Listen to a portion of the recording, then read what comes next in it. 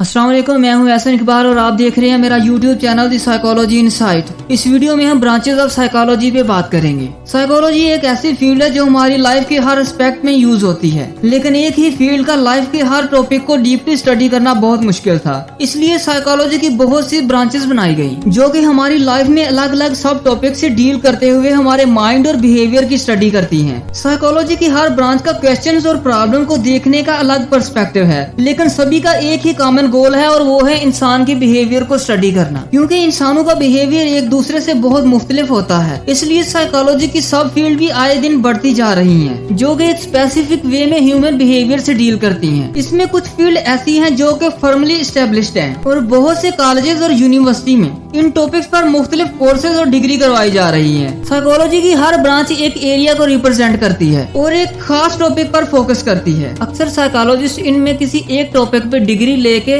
As a professional work करते हैं। तो अब हम साइकोलॉजी की ब्रांचेस का ओवरव्यू लेते हैं। साइकोलॉजी की पहली ब्रांच है कोग्निटिव साइकोलॉजी। कोग्निटिव साइकोलॉजी हमारे मेंटल प्रोसेस की इन्वेस्टिगेशन करती है, जैसे प्रॉब्लम सॉल्विंग, मेमोरी, लर्निंग और लैंग्वेज वगैरह। साइकोलॉजी की ये ब्रांच 1950 से लेकर अब तक कंटिन्यूअस ग्रो कर रही है। कोग्निटिव साइकोलॉजिस्ट इस चीज पर वर्क करते हैं कि किस तरह से लोग सोचते हैं, किस तरह से लोग कोई नई चीज सीखते हैं और किस तरह से इसको प्रोसेस करते हैं और किस तरह से कोई चीज याद करते हैं। यानी कोग्निटिव साइकोलॉजिस्ट ये स्टडी करते हैं कि किस तरह से एक इंसान अपने माहौल से इंफॉर्मेशन को रिसीव करता है, इसको प्रोसेस करता है और स्टोर करता है और किस तरह से फिर इसको आगे ट्रांसफर करता है। कोग्निटिव साइकोलॉजी का मकसद मेमोरी को इम्प्रूव करना और डिसीजन मेकिंग स्किल को पॉलिश करना है और ये ऐसे एजुकेशनल प्रोग्राम भी सेट करते हैं कि जिनसे लोगों में लर्निंग को इंक्रीज किया जा सके। साइकोलॉजी की ये ब्रांच न्यूरो साइंस, फिलॉसफी और लिंग्विस्टिक के मुतल्लिक है। इसके बाद है डेवलपमेंटल साइकोलॉजी। साइकोलॉजी की इस ब्रांच का फोकस ये होता है कि किस तरह से इंसान में उम्र के साथ साथ चेंजिंग आती है। ये एक ऐसी साइंटिफिक स्टडी है जिसमें ये देखा जाता है कि किस तरह से और क्यों उम्र के मुख्तलिफ स्टेजेस में एक इंसान में साइकोलॉजिकल और फिजियोलॉजिकल चेंजेस आते हैं और किस तरह से एक इंसान की कंप्लीट लाइफ स्पैन में इंटेलेक्चुअल, फिजिकल, इमोशनल और सोशल ग्रोथ होती है। Developmental psychologist child development, infant development, adolescence development, जबकि कुछ साइकोलॉजिस्ट डिलेड डेवलपमेंट के इफेक्ट पर भी काम करते हैं। इसके बाद है counselling psychology. Counselling psychology psychology की एक लार्जेस्ट सब फील्ड है। साइकोलॉजी की इस ब्रांच का फोकस ऐसे क्लाइंट से डील करना होता है जो कि किसी जहनी परेशानी का शिकार हों और ये साइकोलॉजिस्ट हमारी डेली लाइफ में आने वाली प्रॉब्लम, चैलेंजेस और फंक्शनिंग से डील करते हैं। यानी कि किस तरह से एक इंसान अपनी डेली लाइफ में आने वाले चैलेंजेस और प्रॉब्लम से इफेक्टिवली डील कर सकता है, जैसे हेल्थ, मैरिज और कैरियर वगैरह। इसके बाद है क्रॉस कल्चरल साइकोलॉजी। ये साइकोलॉजी की एक ऐसी ब्रांच है जिसमें ये देखा जाता है कि किस तरह से कल्चरल फैक्टर एक इंसान के बिहेवियर को इन्फ्लुएंस करते हैं। 1972 में international association cross cultural psychology बनाई गई और तब से cross cultural psychology continuous grow कर रही है। क्रॉस कल्चरल साइकोलॉजी में साइकोलॉजिस्ट ये स्टडी करते हैं कि किस तरह से एक कल्चर के लोग जब दूसरे कल्चर में जाते हैं तो इनके बिहेवियर पर क्या असर होता है और इन्हें क्या मुश्किलें फेस करना पड़ती हैं और इन्हें किसी और कल्चर में एडजस्ट होने के लिए क्या क्या प्रॉब्लम्स फेस करना पड़ती हैं और इनको कैसे ओवरकम किया जा सकता है और डिफरेंट कल्चर के लोगों का कैसा बिहेवियर है। इसके बाद है एजुकेशनल साइकोलॉजी। एजुकेशनल साइकोलॉजी का focus teaching psychology, school, educational issue और स्टूडेंट के मुताल्लिक होता है। एजुकेशनल साइकोलॉजिस्ट ये स्टडी करते हैं कि किस तरह से स्टूडेंट सीखते हैं और इनको लर्निंग में क्या प्रॉब्लम फेस करना पड़ती है। Sir educational psychologist parent, teacher और एडमिनिस्ट्रेटर के साथ मिलकर काम करते हैं ताकि स्टूडेंट की परफॉर्मेंस को इंक्रीज किया जा सके। इसके बाद है एक्सपेरिमेंटल साइकोलॉजी।